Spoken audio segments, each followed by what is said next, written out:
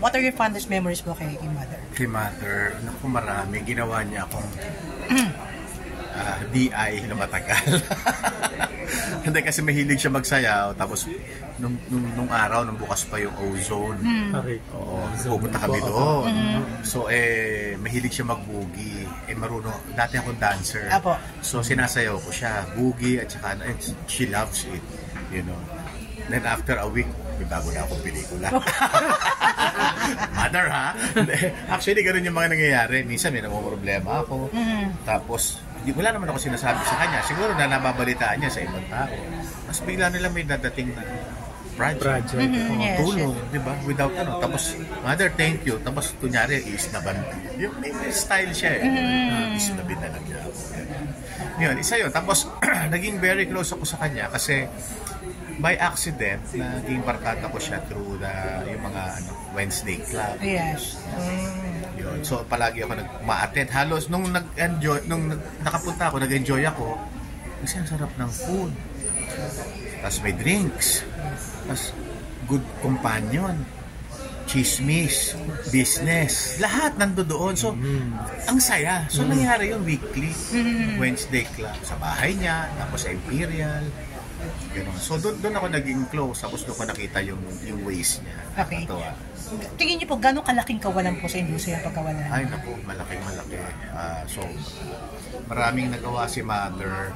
Kahit na ano sabihin niyo na maraming kwento about her. Pero yung katulad yung, ito sinabi ko to nung nag-ano ako, nung nag-eulogy ako, sabi ko, na masyado na napag-usapan yung legendary na yung kung paano makipag-usap si Mother sa mga tao, lalo na sa telepono. Sabi ko, doon ko nakita yung isang genius na isang tao. Yun, Mother Lily alone produced so many films. Di ba? Of course, marami siya tao. Pero siya, utak pa. Wala pa si Rosel noon, ha? Di ba? Siya mismo. At nakita ko yun, may kausap siya dito, mumurahin niya. Tapos pagdating dito, papagalitan niya. Tapos dito naman, I love you. Tapos dito, sorry. Tapos dito, gawin niyo to. Ganon. You know, si Mother was dealing with the most brilliant minds of Philippine cinema. Directors, writers, di ba, producers, di ba, siyempre, siya yung producer, pero may line producer siya, may executive producer siya, di ba? So, lahat yung kinakausap mo, and you're dealing with money. Iba-ibang artista, iba-ibang ego yan, iba-ibang lambing dito, suplado to, you know, iba-ibang klaseng characters yan. Tapos lahat yan binubuo mo para mabuo mo yung pelikula. Hindi ba henyo yan? Di ba? Nabubuo niya. Although siguro may mga hit and miss, pero nabuo yung pelikula. At maganda. Yes. At may trabaho ang tao. Di ba? Tuloy-tuloy na trabaho. Yun. Since lagi niyo pong nakakausap si Mother, na po yung mga payo lang niya sa inyo? Mga advice well, kasi family palagi. Love your kids. Magano siya. O, kumusta mga bata? Pasalubong ka. Yan. Ganon. In terms of sa career, wala naman siya sinasabi sa akin. Kasi alam naman niya, siguro professional naman ako. Pero it's always about family and friendship. Yung value mo yung family mo and your friends. And happy lang, lalo na nung nagkasakit siya, you have to take care of yourself. And then kung pwede, wala nang toxic. Medyo nagbabago lang po ako kasi anak niyo po is doing great in Bata Quiapo. Ano pong feeling niyo na gumagawa na siya ng sarili niyang takbo sa show business ngayon? Well, I'm happy kasi actually nagulat ako. Late na nga kasi nakagraduate na siya ng college kasi nung kasi sila, nung mas bata pa sila, yan, tsaka isa kong daughter, nililigawan palagi nila Kuya Germ, sila Tita Annabelle, dati nila Mr. M. Naririnig ko, baka gusto mag-artista ng mga anak nyo, ganon. Kaso, hindi pa sila mahilig. Tapos sa eskwela, bawal. Ngayon, graduate na, college graduate na. Kung ano gusto nilang gawin. Ako naman, I'm happy. Kinikilig naman ako pag pinapanood ko siya. Marami pa siyang dapat kainin. Pero ako naman, tingin ko nakaka-deliver. Yes po. In fairness naman sa kanya. Nakaka-deliver siya.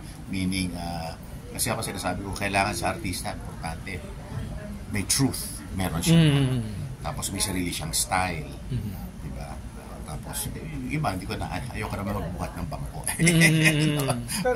pero constantly ba, sir, you give her Advice. Ay, well, yeah. Oo, palagi naman, sa dining table, palagi ako nagkikwento kasi I'm also a director, so sometimes kikwento ko sa kanila, you know, this is what happened when I'm directing somebody. Ito, medyo dito na ano ako, ganito gano'n, and ako as director, I expect my actors to do this, to behave like this, to be this and that. So yun, medyo ano na sila doon, nabigyan na sila ng ano, ng may briefing. May briefing na ganun. Palagi yun, professionalism. You have to love what you're doing. Sobrang hirap. Ako 40 years na ako sa business. Kung hindi ko mahal yan, wala na ako. Ang hirap. Oh, yes. Lalo na ngayon, mainit, nag-aantay ka, masikip yung costume, makate, etc. Iiyak ka, masakit ang ulo mo, di ba, may sipon ka. Ang dami, hindi, it's not easy to become an actor. Yes. You know, lalo na yung mga bata na you have to look good, you have to look pretty, sexy, etc. All the time. So, ang kain, di ba, kailangan may diet ka. Katulad ako, nag-direct ako, tapos tumataba ako. Sabihan ako ng mga kaibigan ko, from the press! Direct! Hindi ka lang director, artista ka rin. Ano yan, tiyan mo? Tanggalin mo yan. Artista ka pa rin. So, di ba, may pressure pa rin. May pressure, di ba? Pero, okay. Thank you. Sinusunod ko naman slowly. Salamat. Okay. Pero not as much as before, obviously, when you were younger. In terms of maintaining your figure. When I was younger, syempre, mas madali. Di ba? Ang metabolism, lahat okay. Pero habang nagkaka-age ka, effort na effort. Katulad kanina, katabi ko si Aga Mulak, di ba? Kumusta na? Talagang kailangan pagka ganito. Iba na. Mag-workout na tayo. Mahaga na matulog. Ganito, diet. Importante, hindi pwedeng sarap-sarap ng pagkain. Totoo yan. You cannot get away with it anymore. Actually, hindi pang artista ha. For everybody. Di ba? Sa ating mga edad. Kasi hindi na tayo bumabata lahat. Thank you po. Picture lang.